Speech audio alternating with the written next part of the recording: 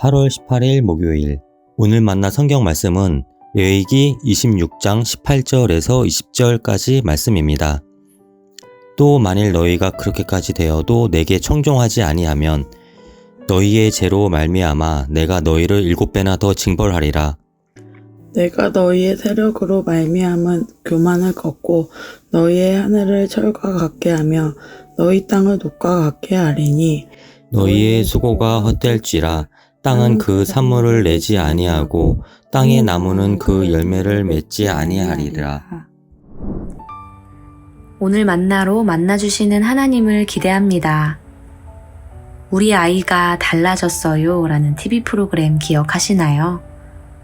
아동 전문가의 지도와 조언을 통해서 자녀가 달라질 뿐 아니라 부모와 가정이 변하는 모습을 담아냈던 프로그램입니다. 요즘에도 비슷한 프로그램이 방영되고 있던데요.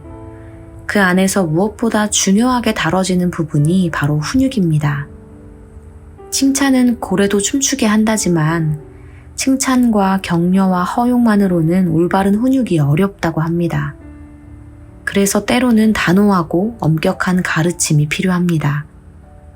이런 맥락에서 레위기 26장은 하나님의 훈육장이 아닐까 싶습니다. 어제 묵상했던 레위기 26장 1절에서 13절까지의 말씀에서는 약속의 땅에서 하나님의 말씀을 따라 사는 백성들이 받게 될 복이 선포되었습니다.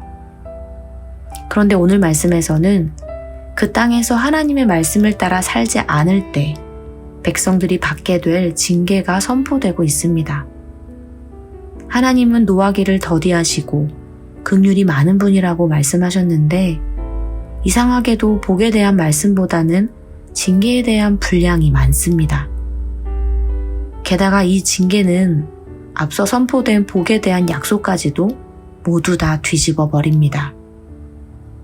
예를 들어 하나님께 순종하면 사나운 짐승을 그 땅에서 제하시지만 하나님의 말씀을 청종하지 않을 때는 들짐승을 보내어 자녀를 움키고 가축을 멸하실 것입니다.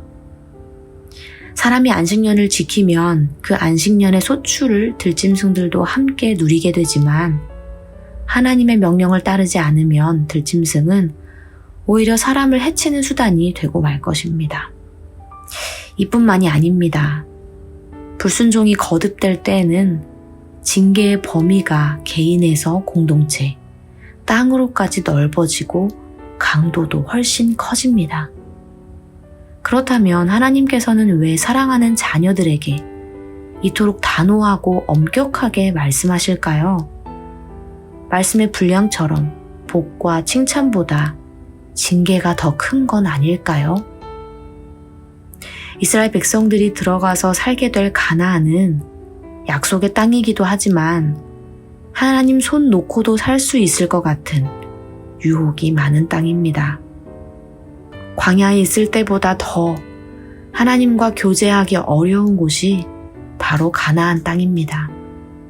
왜냐하면 괴로울 때 하나님 찾는 것보다 풍요할 때 하나님을 인정하기가 훨씬 어렵기 때문입니다.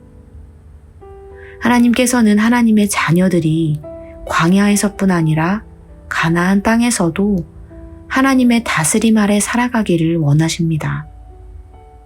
힘들 때뿐 아니라 풍요할 때에도 환경에 상관없이 언제나 하나님을 기억하며 하나님의 도우심을 간구하며 살아가기를 기대하십니다. 그렇게 하나님의 징계는 하나님의 말씀과 기준을 잊어버린 자녀들을 돌이키기 위한 하나님의 훈육이고 아버지의 사랑입니다. 하나님 아버지의 그 마음 알아 언제 어디서든 하나님의 말씀과 기준을 따라 살아가는 오늘 하루 되시기를 간절히 소망합니다. 기도하겠습니다. 하나님 아버지, 자녀인 우리는 가나안과 같은 세상에서 아버지의 가르침보다 유혹과 풍요를 쫓아 어리석은 모습으로 살아갈 때가 있습니다. 애타게 기다리시는 아버지를 외면할 때가 있습니다. 그럴 때마다 진리의 말씀으로 비춰주시고 바른 길 가도록 인도해 주시니 감사합니다. 주신 말씀 기억하며 오늘 하루도 바른 길, 의의 길 따라 살아가게 하옵소서. 예수님의 이름으로 기도합니다. 아멘. 이제 2가지 기도 제목으로 함께 기도하겠습니다. 첫째로, 언제 어디서나 진리의 빛을 따라 바른 길, 의의 길 걸어가게 하옵소서. 둘째로, 교회와 교구를 위해 기도합니다.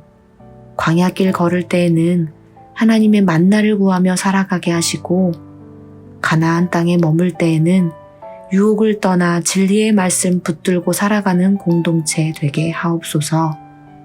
이렇게 기도하신 후에 개인의 기도 제목으로 계속해서 기도하겠습니다.